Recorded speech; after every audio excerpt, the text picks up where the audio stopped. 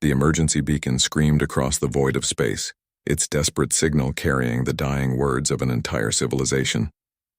On the bridge of the exploration vessel Harmony's Edge, Captain Sarah Chen stared at the translated message scrolling across her screen. By the 7 sons of Kepler, we beg any who receive this transmission, our world burns. The devourers have come. They consume everything. Our cities fall, our people flee, but there is nowhere to run. We are the Alari of Kepler 442b. We have observed your species from afar, humans of Earth. You are young, but you have shown kindness to the smaller creatures of your world. Please, if any among the stars have mercy, help us. Our children cry in the darkness. The bridge fell silent except for the steady hum of life support systems. Chen's crew of 37 looked to her with a mixture of confusion and concern. They were explorers, not warriors. Their mission was to catalog new worlds and make peaceful contact with alien civilizations, not rush into a war zone. Captain, said Dr. Martinez, the ship's xenobiologist, the Aelari are herbivores. Their entire species evolved from creatures similar to Earth's deer. They're completely peaceful. Chief Engineer Thompson pulled up star charts on his console. Kepler 442b is 3 weeks away at maximum burn. By the time we arrive, he didn't finish the sentence. Everyone understood. What about the devourers? Asked Lieutenant Park from the communication station. Any data on them? Martinez's fingers danced across his tablet. Limited information from previous contact logs. They're a nomadic species that strips planets bare of all biological matter. Think of them as cosmic locusts, but intelligent and utterly ruthless. They've been moving through this sector for decades. Chen walked to the main viewport, staring out at the stars that had always seemed so peaceful. How many Alari are we talking about? Based on their last population census, approximately 40 million individuals across their homeworld, Martinez replied. They're asking for help, but they specifically mentioned us, Captain. They've been watching Earth. The captain turned back to her crew. They called us beasts. Not in an insulting way, but as an observation. They see something in humanity that sets us apart from other species they've encountered. Navigation Officer Williams spoke up. Captain, I've been running calculations. Even if we could help, we're one ship against an entire invasion force. What could we possibly do? Chen was quiet for a long moment, then activated the ship's intercom. All hands, this is the captain. Please gather in the main assembly area. We have a decision to make as a crew. Within minutes, the entire crew of 37 humans had assembled in the ship's largest common area. Chen stood before them, still holding the translated distress message. 3 weeks ago, we left Earth on a mission of exploration and peaceful contact. Today, we've received a cry for help from beings who are about to be exterminated. The Alari have watched us from afar, and something about humanity made them reach out to us in their darkest hour. She paused, looking at each face. I want to be clear about what we're facing. The Devourers are described as an unstoppable force. By the time we reach Kepler 442b, we may be too late. And if we're not, we'll be walking into a situation that could mean our own destruction. But Captain, interrupted Ensign Rodriguez, barely out of the academy, they're asking for our help. How can we ignore that? Dr. Martinez stood. From an evolutionary standpoint, the Alari are remarkable. They've achieved spaceflight without ever developing weapons technology. They literally don't understand the concept of warfare. To them, all life is sacred, which is probably why they're losing, muttered Chief Thompson, then immediately looked ashamed. Sorry, I didn't mean— No, you're right, Martinez continued. They have no way to defend themselves. But that's exactly why they need help. Communications Officer Park raised her hand. Captain, I've been analyzing the transmission. The Alari didn't just send this to us. They broadcasted it to every known spacefaring species in this sector. We're the only ones who've responded. The weight of that statement settled over the crew. In a galaxy full of advanced civilizations, only humanity had heard the cry for help and cared enough to listen. Why us? Asked Williams. What did they see in humans that made them think we'd help? Chen pulled up video footage from Earth on the main display. Images flashed by. Rescue workers pulling survivors from earthquake rubble, veterinarians caring for injured wildlife, humans forming chains to save beached whales, children feeding stray animals. They called us beasts, Chen said softly, but they also called us kind to the smaller creatures of our world. Maybe that's what they see in us. Maybe they think we're the only species crazy enough to help. The room buzzed with quiet conversations as crew members weighed their options. Finally, Dr. Martinez stood again. Captain, I volunteer to stay behind if we need to lighten the ship for maximum speed. The Alari's biological data alone could revolutionize our understanding of peaceful evolution. With respect, Doc, said Chief Thompson, none of us are staying behind. If we're doing this, we're doing it together. One by one, hands began to rise around the room, not in a vote but in a silent declaration of intent. Within minutes, every member of the crew had their hand raised. Chen felt a pride in her species that she'd never experienced before. Very well. All department heads prepare for maximum burn to Kepler 442b. We'll figure out how to help when we get there. As the crew dispersed to their stations, Chen remained in the assembly area staring at the star charts. They were heading into the unknown, possibly to their deaths for a species they'd never met. Any reasonable civilization would call it madness. But the Ilari had been right about one thing. Humans were different. They were the beasts of Earth who had learned to love, to sacrifice, to fight for those who couldn't fight for themselves, and now they were carrying that torch into the darkness between the stars. The Harmony's edge altered course, its engines roaring to life with newfound purpose. Behind them, Earth grew smaller. Ahead, the cries of 40 million gentle souls pulled them forward into the void. In the depths of space, the beasts of Earth answered the call. 2 weeks into their desperate journey to Kepler 442b, the crew of the Harmony's Edge worked around the clock to transform their peaceful exploration vessel into something that might actually help the Ilari. The ship's workshops hummed with constant activity as humans did what they had always done best: adapt, improvise, and overcome. In the engineering section, Chief Thompson stood over a pile of mining equipment they'd dismantled. "Sarah, I'll be honest with you," he said to Captain Chen as she inspected his work. "We're not a warship. Our particle beam is designed to cut through asteroids, not enemy vessels. But I've been thinking about what we learned about the Devourers." Thompson pulled up holographic displays showing the modifications they'd made. According to the database, they stripped planets by deploying massive atmospheric processors. They literally suck up everything organic and transport it to their hive ships. But those processors need to anchor to the planet's surface. "Go on," Chen encouraged, studying the technical readouts. "What if we don't try to fight their ships directly? What if we target their ground operations? Our mining charges could collapse their anchor points. Our construction drones could sabotage their equipment." Dr. Martinez approached from the science lab, looking exhausted but excited. "Captain, I've been analyzing the Ilari's biological scans. They're not completely helpless. Their natural speed is incredible. They can move faster than any land animal on Earth when they need to. But they've never had to run from anything before." "What are you suggesting, Doc?" Martinez activated his tablet, showing three-dimensional models of Ilari physiology. "They're built for escape and evasion, but they don't know it, don't. Their entire culture has never faced predators. We need to teach them how to run, hide, and survive." In the communications array, Lieutenant Park had been working with the ship's computer to establish long-range contact with Kepler 442b. "Captain, I've managed to establish a weak signal with the Ilari homeworld. The situation is worse than we thought, but they're still broadcasting." The main screen flickered to life, showing a translation of the latest Ilari transmission. The elegant script appeared in English as their computers worked through the linguistic patterns. "The great cities of Veltar and Moonshade have fallen. The Devourers' machines drink the very air and soil. Our people flee to the highland caves, but the creatures grow hungry for more. We estimate 7 days before the processing towers reach the last population centers. To the humans who answered our call, we share this warning. Do not sacrifice yourselves for us. We have seen your small ship in our long-distance scans. You are brave beyond measure, but you cannot fight this darkness alone." The bridge fell silent.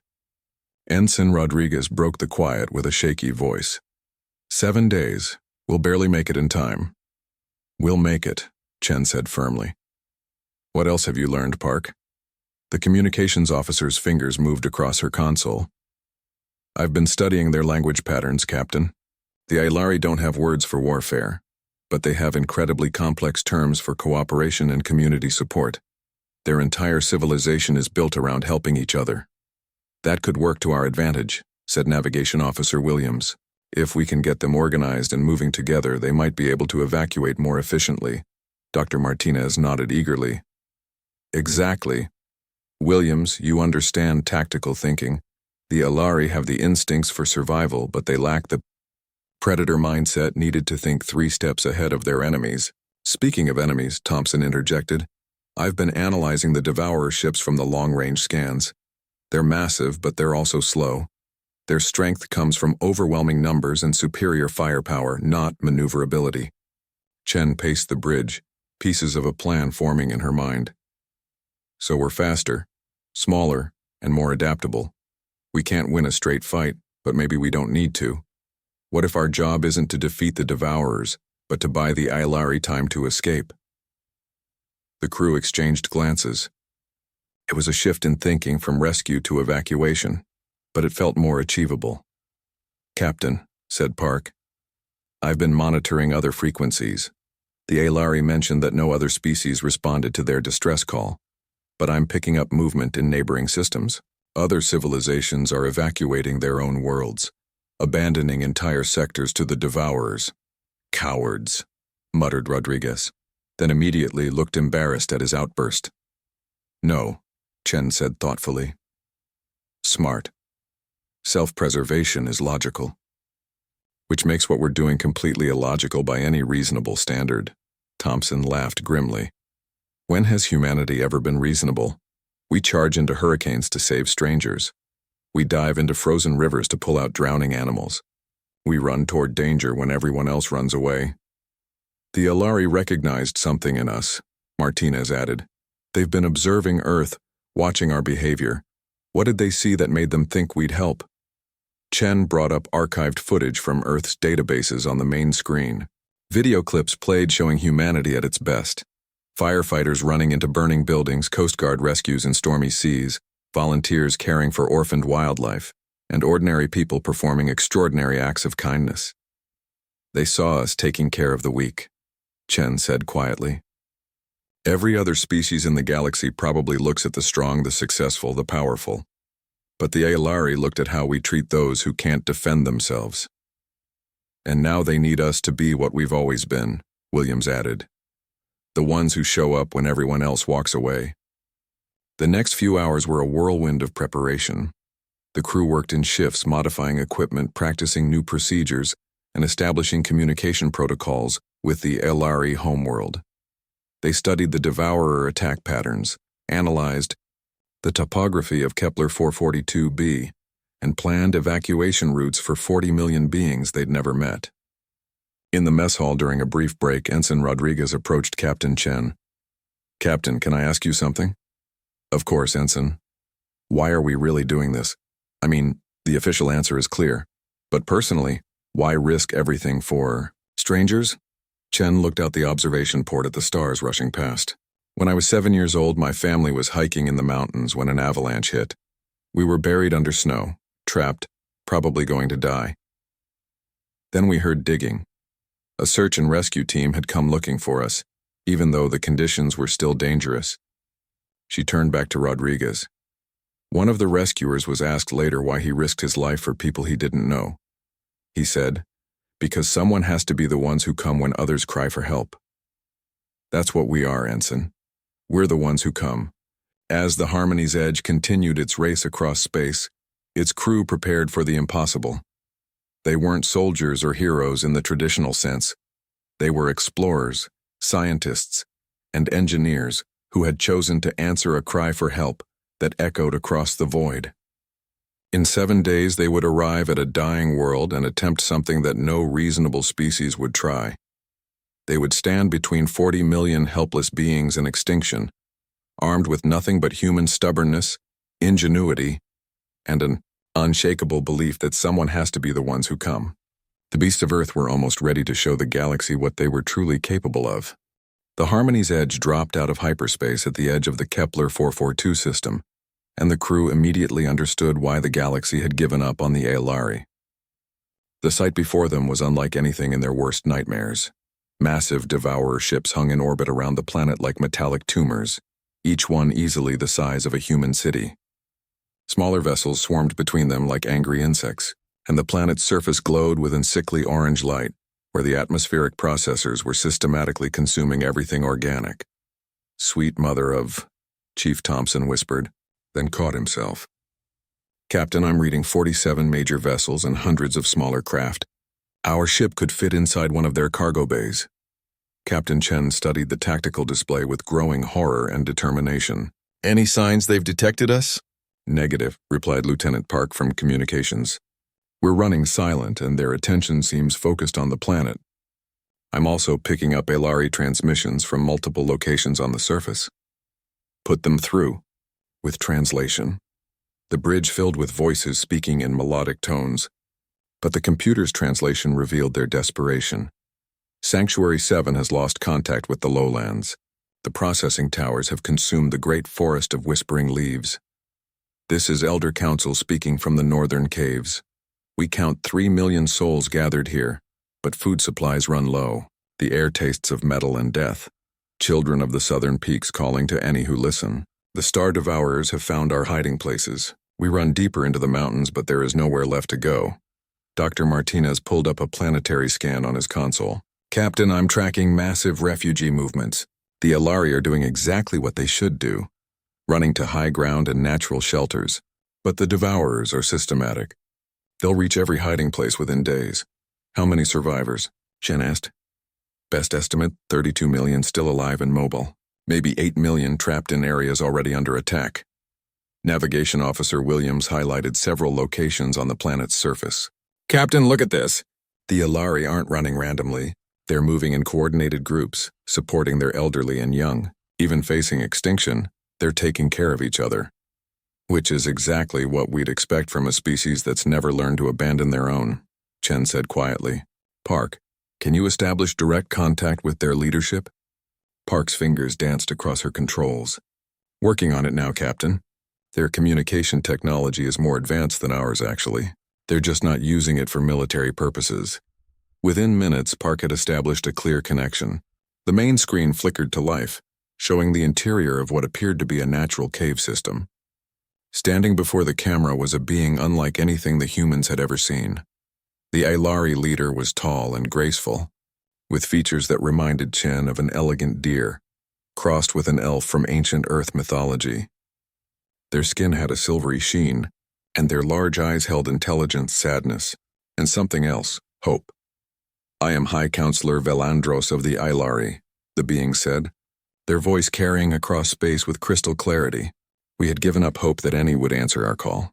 You are the humans from the small craft? I'm Captain Sarah Chen of the Earth vessel Harmony's Edge. We received your distress signal and came as quickly as we could." Velandros's expression shifted to something resembling amazement. "You came. We studied your species for many cycles, watched your small world with great interest, but to actually come, to risk yourselves for strangers, gonna..." Their voice trailed off. "That's what we do," Chen said simply. "We're here to help. What's your current situation?" The Alari leader gestured to others off-screen, and the camera view expanded to show the cave system filled with refugees. Thousands of graceful beings moved carefully through the tunnels, tending to their young and elderly with infinite patience. "We have gathered our people in 7 major sanctuary sites across the planet. The Devourer's machines consume everything biological, but they struggle with deep cave systems and high-altitude locations. However, they adapt quickly. We estimate 4 days before they overcome our natural defenses." Dr. Martinez leaned forward. "Counselor, we've studied your biology. Your people are naturally fast and agile. Have you considered using those abilities for mobile evasion, rather than static hiding?" Velandros looked confused. "Evasion implies understanding of pursuit. We do not. We have no experience with beings who hunt others. Our minds do not work in such patterns." "That's why we're here," Chen said. "We're going to teach you how to think like prey, and how to turn that into survival." The next several hours were unlike anything in the history of first contact between species.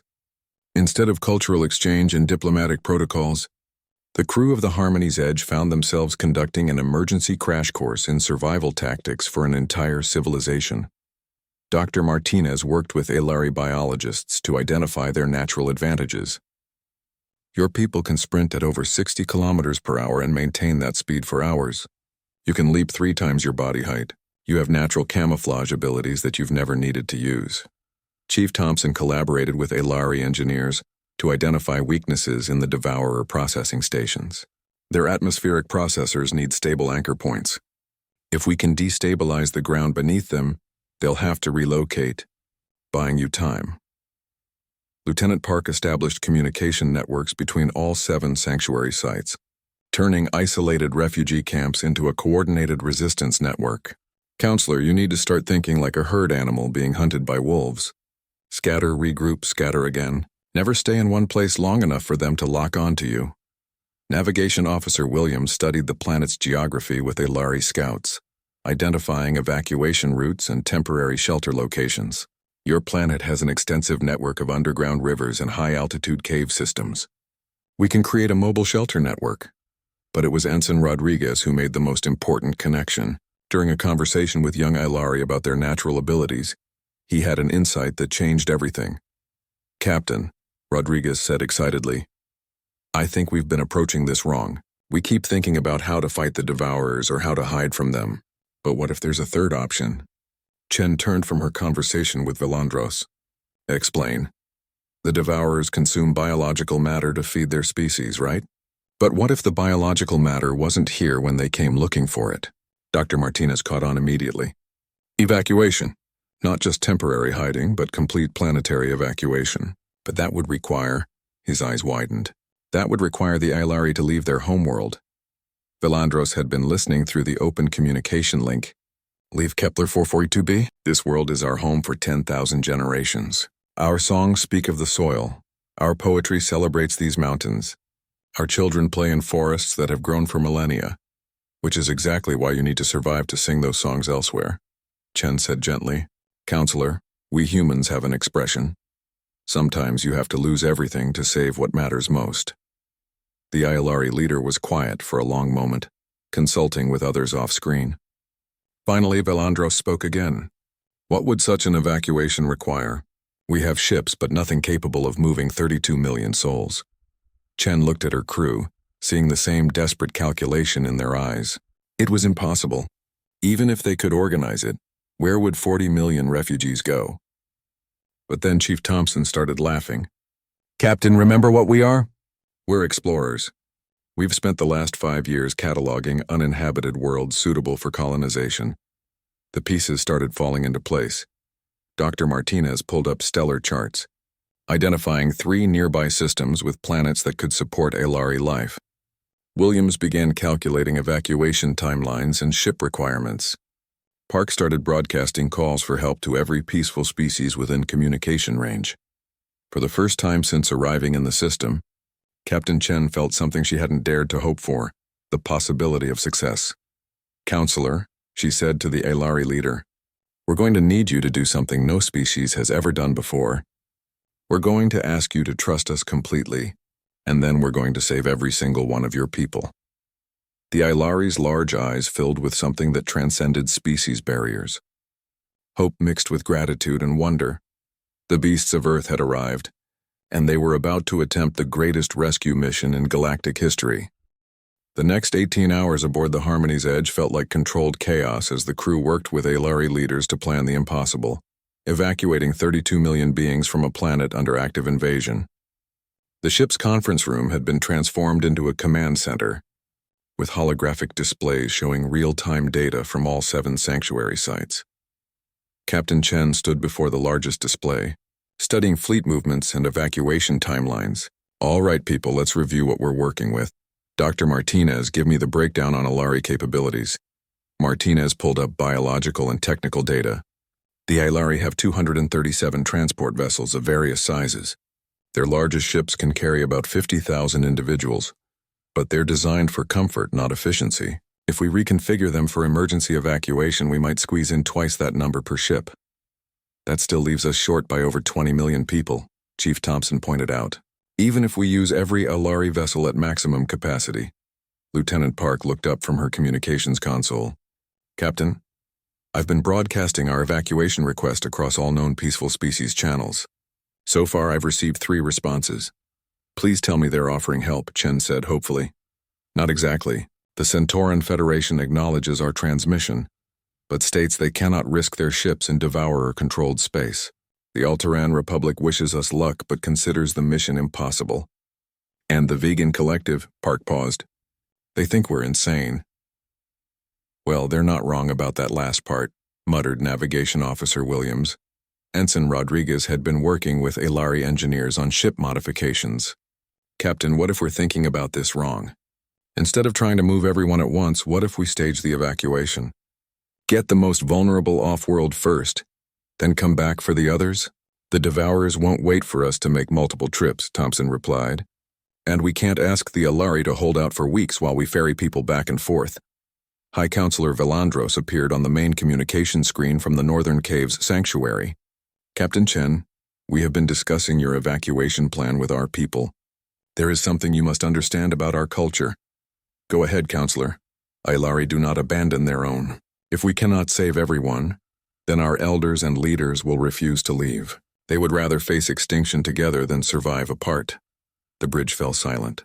Chen had feared this might be the case, but hearing it confirmed made their task infinitely more complex. Then we save everyone, Chen said simply. Williams, show me those uninhabited worlds you've been analyzing. Williams brought up stellar cartography on his console. I've identified 3 systems within Alari travel range. Kepler 296c has Earth-like gravity and atmosphere, but it's primarily ocean with limited landmasses. Kepler 438b has vast continents and suitable climate, but it's further away. And Wolf 1061c has good potential, but the star's radiation patterns might affect Alari biology. What about multiple destinations? Asked Dr. Martinez. Split the population between worlds to reduce the risk of catastrophic failure. Smart thinking, Doc, Chen agreed. But that creates another problem. How do we coordinate simultaneous evacuations to multiple locations while keeping ahead of the Devourers? High Counselor Velandros had been listening intently. Captain, there is something else. Our ships are fast, but they are not armed. If the Devourers pursue us during evacuation, they won't catch you, Chief Thompson said with unexpected confidence. Everyone turned to look at him. I've been studying their ship movements, and I think I understand their tactics. They're like a swarm of locusts. They strip everything clean and then move on. But they're also predictable. Thompson brought up tactical displays showing Devourer fleet positions. Look at their pattern. They focus completely on resource extraction. They don't waste energy on pursuit unless they're threatened. If we can make the evacuation look like a natural migration rather than an escape. You want us to hide a 32 million person evacuation? Park asked incredulously. Not hide it, Thompson said with a growing grin. Disguise it. The Alari ships are configured for peaceful transport. To the Devourers, they'll look like normal civilian traffic until it's too late. Dr. Martinez was studying the plan with growing excitement. It could work. The Devourers are focused on the planet's surface. They probably see Alari ships coming and going all the time. A gradual increase in outbound traffic might not trigger their attention. But we still need more ships, Williams pointed out. It was Ensign Rodriguez who provided the solution. Captain, what about automation? The Alari have advanced computer systems. What if we program some of their ships to make automated runs, launch empty ships to the destination worlds, then have them return automatically for the next load? Like a planetary-scale shuttle service, Chen said thoughtfully. Brilliant. But that still leaves us with the fundamental problem of time. Even with automated ships running continuously, we need at least 72 hours for complete evacuation. Which we don't have, Thompson said grimly. The Devourers will reach the last sanctuary sites within 60 hours. The room fell silent as the weight of mathematics pressed down on them.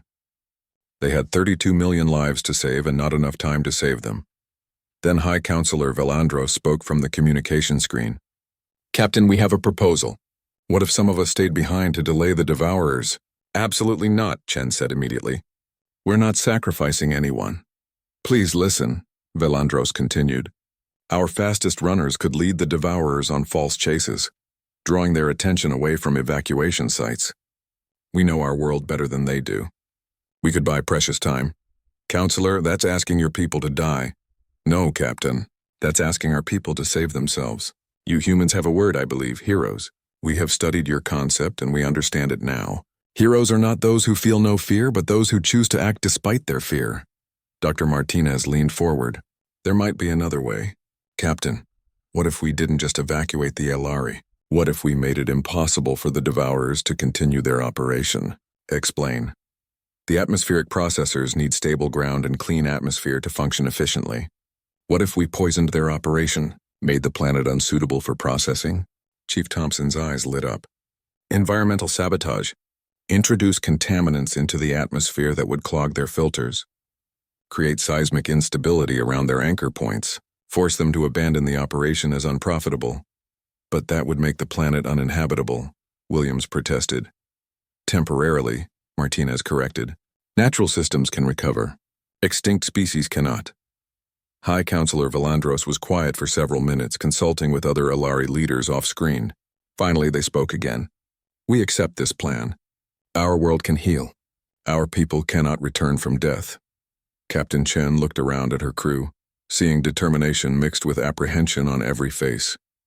They were about to attempt something unprecedented, a full planetary evacuation under hostile occupation, combined with systematic environmental sabotage to deny the enemy their prize.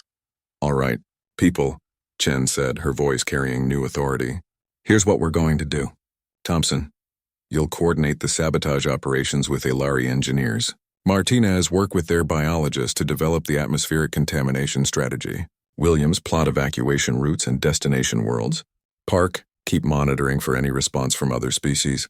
We might get lucky. Rodriguez, help me coordinate the overall timeline. She turned to the communication screen. Counselor, can your people be ready to begin evacuation in 12 hours? We will be ready in 6 hours, Captain. Then in 6 hours we begin the largest rescue operation in galactic history. And when it's over, the galaxy is going to learn that no one calls for help and gets ignored while humans are listening. As the crew dispersed to their tasks, Chen remained in the command center, staring at the tactical displays. In 6 hours they would either pull off a miracle or witness the extinction of one of the gentlest species the galaxy had ever known. But the beasts of Earth had never backed down from impossible odds. And they weren't about to start now. The evacuation began at dawn on Kepler 442b, though the planet's poisoned sky made it impossible to distinguish day from night. From the bridge of the Harmony's edge, Captain Chen watched as the first wave of Elari transport ships lifted off from sanctuary sites across the planet, carrying over 3 million souls toward safety. First wave away clean, reported Lieutenant Park from communications. All ships maintaining normal civilian flight patterns. The Devourers aren't reacting. Dr. Martinez monitored biological readings from the planet's surface. The atmospheric contamination protocol is working. I'm reading significant disruption in the Devourer processing efficiency. Their atmospheric filters are starting to clog with the metallic particles we introduced. Chief Thompson grinned from his engineering station, and the seismic charges we helped the Elari plant are about to make their day even worse. Detonation in 3, 2, and 1. The planet's surface bloomed with small explosions as carefully placed charges destabilized the ground beneath Devourer processing towers. From orbit, they could see several of the massive installations beginning to lean and topple. Beautiful work, Chen said with satisfaction. How are the sanctuary sites holding up? Navigation Officer Williams studied the tactical display. The Elari runners are doing exactly what they promised. They're leading Devourer ground forces on wild chases through terrain that heavily favors the defenders. But Captain, look at this. Williams highlighted several areas where Devourer ships were breaking off from the main fleet. Some of their vessels are starting to investigate the increased ship traffic. It was inevitable. We're evacuating too many people to stay completely invisible. How long before they realize what we're doing? Chen asked. Best estimate, 6 hours, Williams replied. By then we should have evacuated about half the population. High Counselor Valandros appeared on the main screen from one of the evacuation staging areas. The dignified Elari leader was now wearing what appeared to be improvised tactical gear, and their usual calm demeanor showed signs of stress. Captain Chen, the first wave has reached the edge of the system safely. But we have a problem. Some of our people are refusing to leave. What do you mean refusing? Chen asked. The Keepers of Memory, Valandros explained. They are our historians, our cultural guardians. They say they cannot abandon our sacred sites and cultural artifacts. They would rather die protecting our heritage than live without it. Dr. Martinez leaned forward. Counselor, how many people are we talking about? Approximately 2,000 individuals scattered across 43 cultural sites. They are our wisest elders, our greatest artists, our most important scholars. Chen felt her heart sink. 2,000 wasn't many compared to 32 million. But these were clearly the people the Ilari could least afford to lose culturally. Can we extract the artifacts instead of the people? Asked Ensign Rodriguez. You do not understand, Velandro said gently. These are not simple objects. They are living cultural practices, oral traditions passed down through generations, sacred groves that have been tended for millennia. They cannot be moved. Chief Thompson had an idea. What if they could be recreated elsewhere?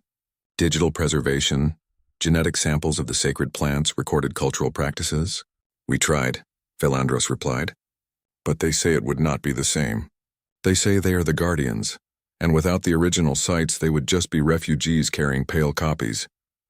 Captain Chen understood the dilemma perfectly. Every human culture had similar concepts, places and practices so integral to identity that preserving them mattered more than preserving life itself. Counselor, give me a direct communication link to one of these keepers, Chen requested. Within minutes, an elderly Aelari appeared on the secondary communication screen. Their features were more weathered than other Aelari, and their eyes held a depth that spoke of countless years of accumulated wisdom. I am Keeper Tholandris of the Sacred Grove of First Growth, the elder said in a voice like wind through ancient trees. I know who you are, Captain Chen of the humans. We are grateful for your efforts to save our people, but some things are more important than life. With respect, Keeper Tholandris, what good is preserving culture if there's no one left to practice it? What good is survival if we lose everything that makes survival meaningful? The Keeper replied, You humans understand this, I think. Your histories speak of those who chose death over dishonor, who sacrificed themselves to preserve what they loved. Chen realized she was arguing with someone whose position she actually understood completely. In the same situation, there would be humans who would make the exact same choice. What if there was another way? She asked. What if you could protect your sites and still survive? I do not understand. Dr. Martinez had been studying the locations of the cultural sites on his displays. Captain, I might have an idea. The sacred sites are mostly in areas the Devourers haven't reached yet. What if we created protected zones? How do you protect anything from an invasion fleet? Williams asked. The same way the Aelari have been protecting their refugee sites, Martinez explained. Environmental barriers. Make those areas impossible for the Devourers to process. Chief Thompson caught on immediately. We've been sabotaging their operations across the planet. What if we intensify the sabotage around the cultural sites specifically? Make them so contaminated and unstable that the Devourers can't extract anything useful? But that might damage the sites themselves, Velandros pointed out. Not if we do it right, Thompson continued. Atmospheric contamination that affects mechanical systems but not organic life. Seismic activity that disrupts heavy machinery, but leaves natural formations intact. Rodriguez was running calculations on his console. It could work. The Devourers are opportunistic. If processing certain areas becomes more trouble than it's worth, they'll move on to easier targets. Like a controlled forest fire, Chen said thoughtfully. We burn out the underbrush to save the old-growth trees. Keeper Tholandris had been listening with growing interest. You would risk your mission to save our cultural sites? We're not just saving your people, Chen replied. We're saving your civilization. What's the point of rescuing the Aelari if the Aelari cease to exist as a culture? The elderly keeper was quiet for a long moment. Captain, if you can truly protect our sacred sites while continuing the evacuation, then we will agree to temporary relocation. But only if you promise that one day we can return. That's a promise we can't make, Chen said honestly. But I can promise that we'll give you the best chance possible. The next several hours were a masterclass in controlled chaos. While evacuation ships continued their runs between Kepler 442b and the destination worlds, human ingenuity combined with Aelari local knowledge to create environmental disaster zones around every major cultural site. They introduced atmospheric toxins that corroded Devourer equipment while feeding Aelari plant life. They created electromagnetic disturbances that scrambled Devourer sensors while leaving Aelari bioelectric systems unaffected. They triggered carefully controlled landslides that buried processing equipment while preserving sacred structures. It's working, reported Dr. Martinez. The devourers are pulling back from the protected cultural zones. They're concentrating their efforts on areas with easier extraction. Lieutenant Park looked up from her communications. Captain, we're receiving transmissions from the destination worlds. The first wave of evacuees has arrived safely and is beginning to establish temporary settlements.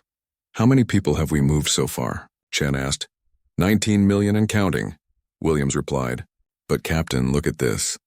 The tactical display showed a disturbing development. Devourer ships were beginning to form a blockade pattern around the planet, clearly aware that something unusual was happening. They're getting suspicious, Thompson observed, probably wondering why their processing efficiency has dropped so dramatically. High Counselor Villandros appeared on the communication screen, now clearly exhausted but still determined.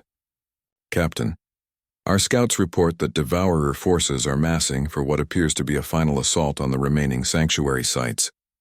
They seem to have realized that something is interfering with their operations. How long do we have? Chen asked. Perhaps 12 hours before they overwhelm our remaining defenses. Chen looked at the evacuation numbers. 19 million saved, 13 million still to go.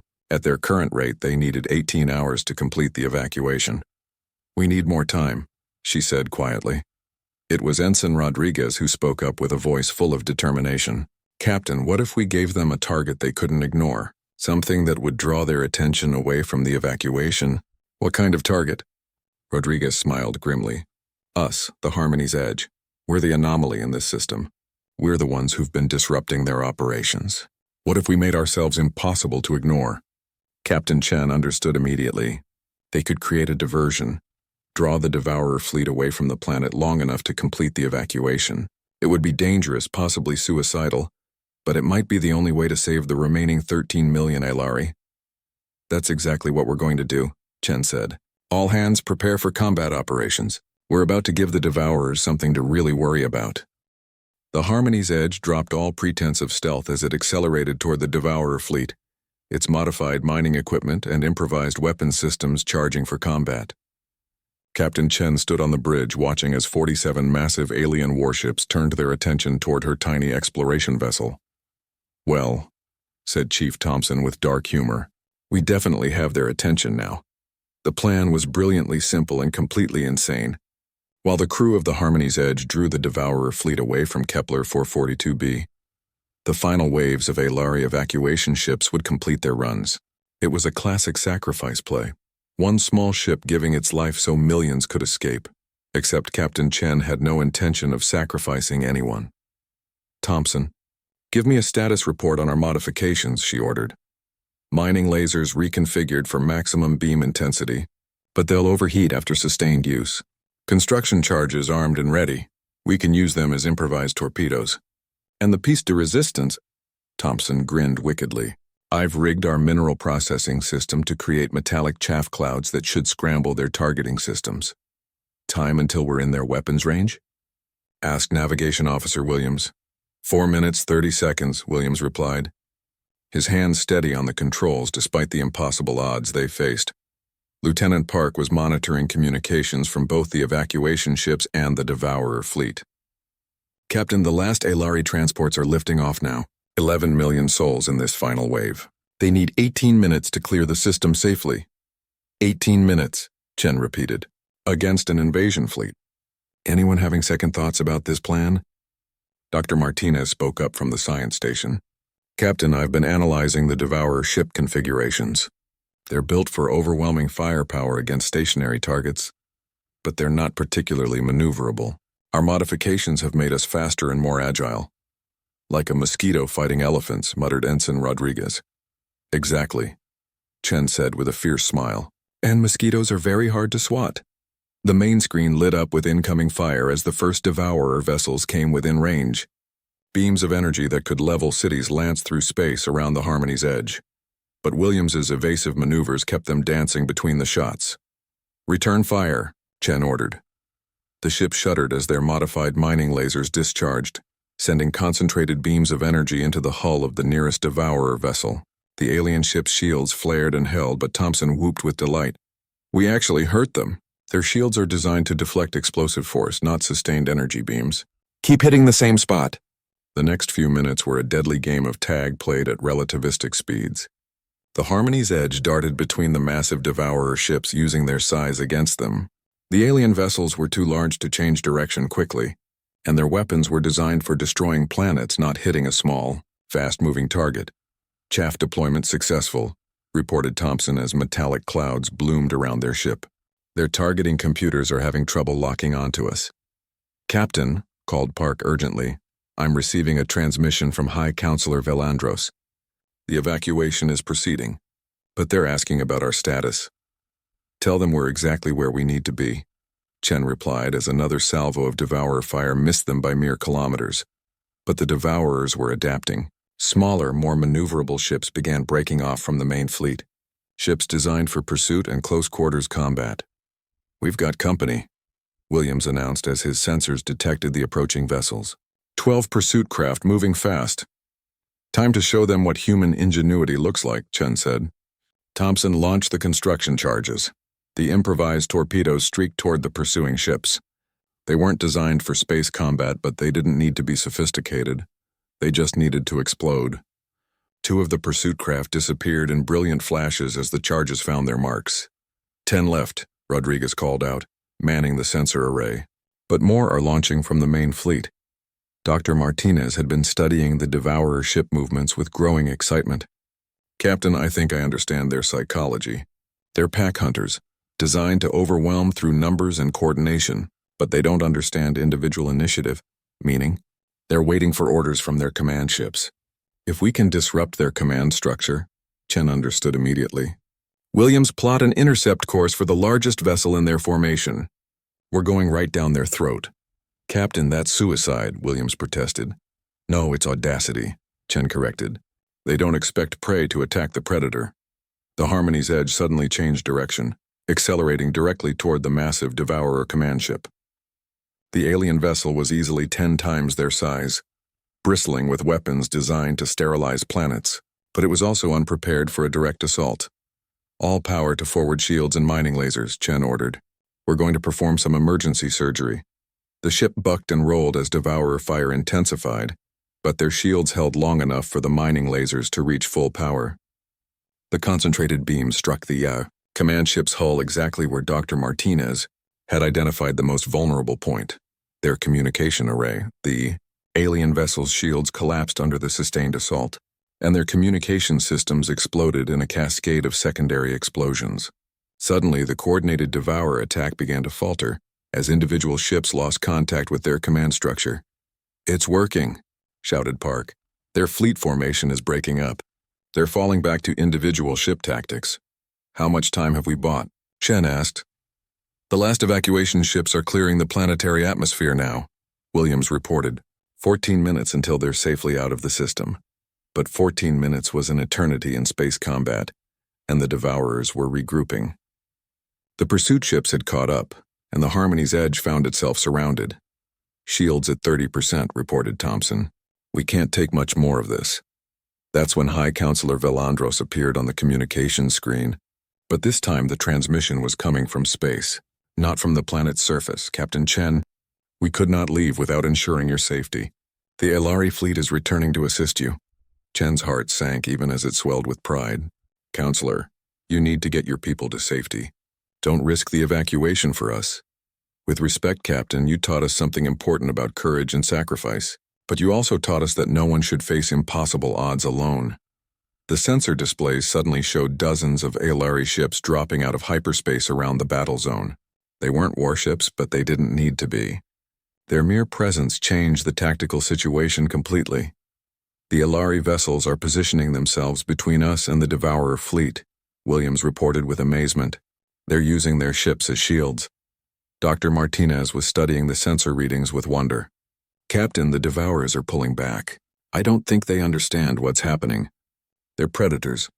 They don't have experience with prey that protects its protectors. The Devourer fleet, faced with a situation outside their behavioral programming, began withdrawing toward the outer system.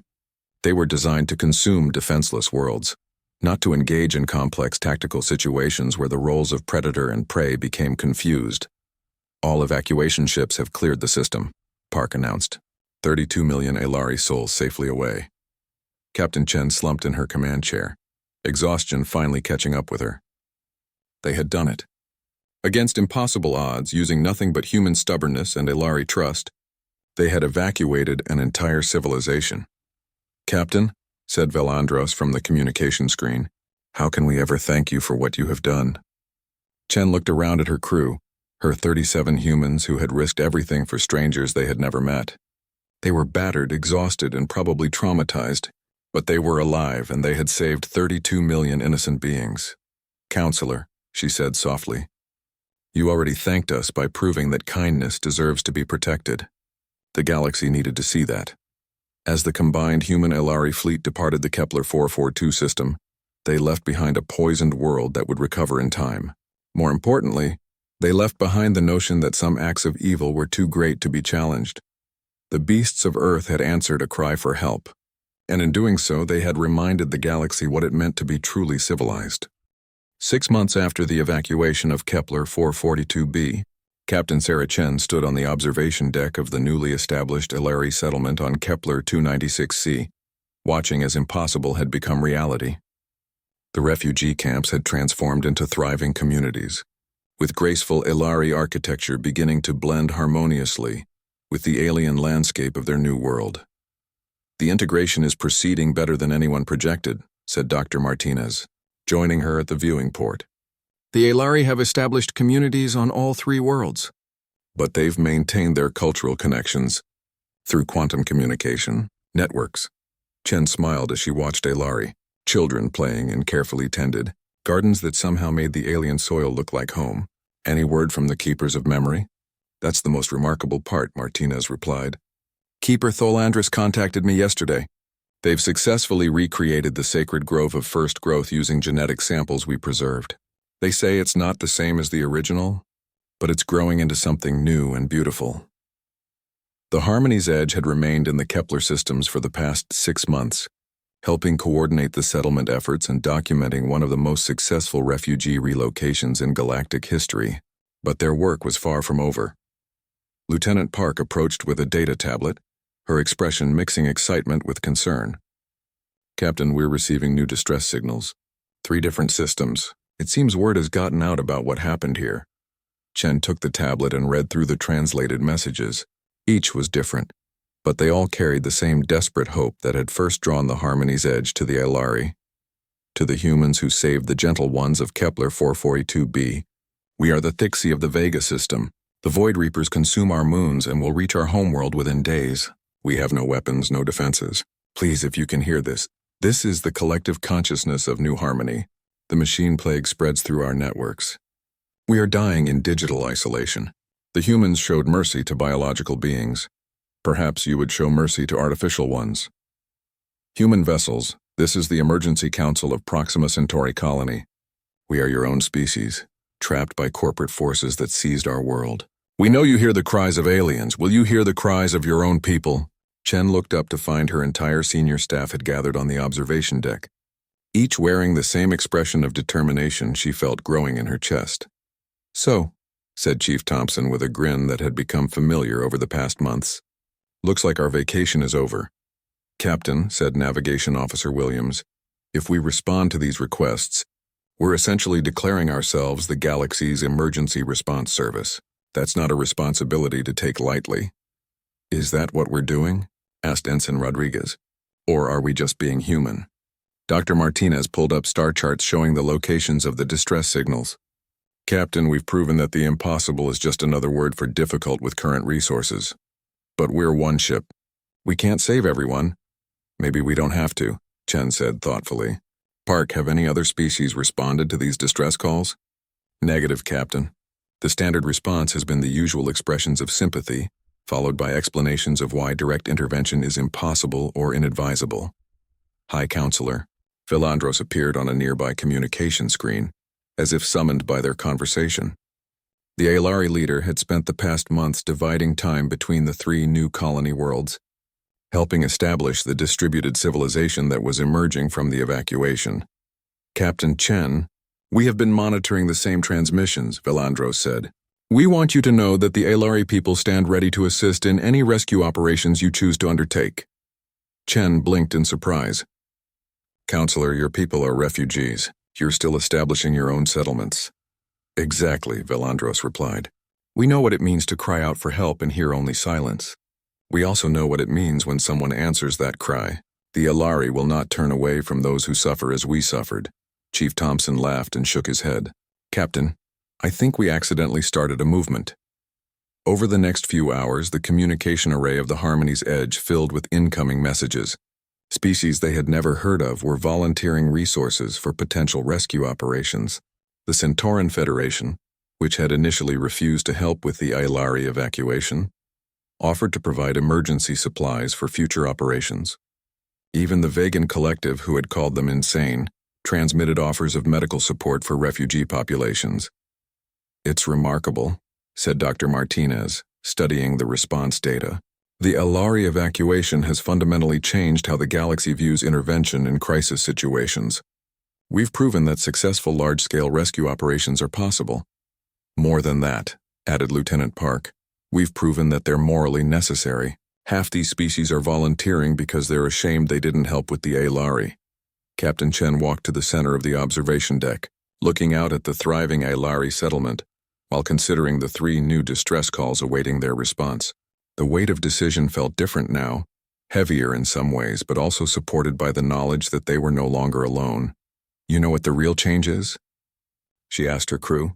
6 months ago, the galaxy accepted that some tragedies were too large to prevent. Today, the galaxy expects us to try anyway.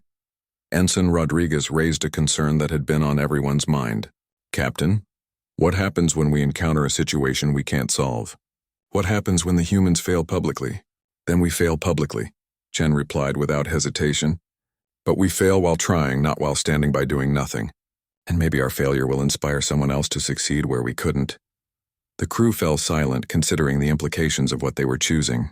They were transforming from explorers into something new, a hybrid of rescue service, diplomatic corps, and moral conscience for a galaxy that had forgotten how to care for its most vulnerable. All right, Chen said finally. Williams, plot courses to all 3 distress signals. We'll tackle them in order of urgency. Park, send responses letting them know help is coming. Thompson, start working on modifications for whatever challenges we might face. And Martinez, she continued, start documenting everything. If we're going to be the galaxy's emergency response service, we need to train others to do what we do. The universe is too big for one human crew to handle alone. As her crew dispersed to their stations with renewed purpose, Chen remained on the observation deck with High Counselor Velandros' image still glowing on the communication screen. Counselor, I need to ask you something. Why did your people really call out to humanity? What did you see in us that made you think we'd answer?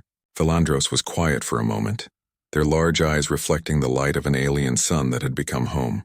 Captain, we observed your species for many cycles.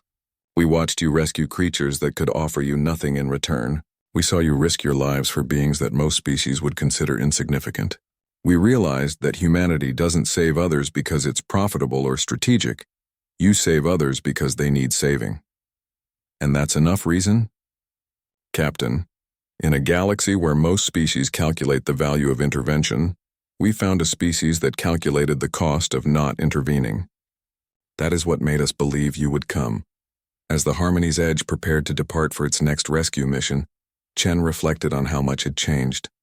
6 months ago, they had been explorers cataloging distant worlds. Now they were something unprecedented, the galaxy's conscience given form and function. The crew had grown beyond their original 37 humans. Ilari volunteers had joined them, bringing their knowledge of galactic cultures and their own unique perspectives on crisis intervention. Other species had begun contributing expertise and resources to what was becoming known as the Terra Initiative, humanity's formal commitment to answering cries for help across the galaxy. But at its core, it was still the same simple principle that had brought them to Kepler 442b in the first place. Someone had to be the ones who come when others cry for help. As the ship engaged its hyperspace drive and accelerated toward their next impossible mission, Captain Chen knew they were no longer just the crew of an exploration vessel. They had become something that the galaxy had never seen before. Hope with engines and the stubborn refusal to accept that anyone's tragedy was too large to matter. The beasts of Earth had heard the galaxy's cries for help, And they had answered with something more powerful than weapons or technology. They had answered with the fundamental human belief that every life has value, and that no one should face extinction alone.